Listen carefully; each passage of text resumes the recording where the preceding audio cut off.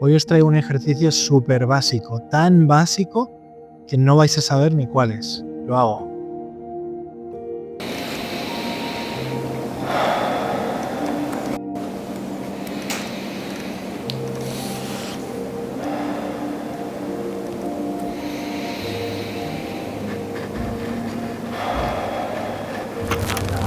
La respiración.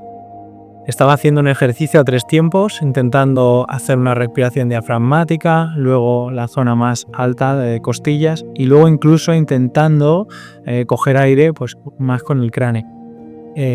Creo que la respiración es súper importante, nos olvidamos mucho de ella. En la clínica sí que veo mucha gente que por estrés, por ansiedad, pues está en un patrón respiratorio muy costal superior, muy poco profundo.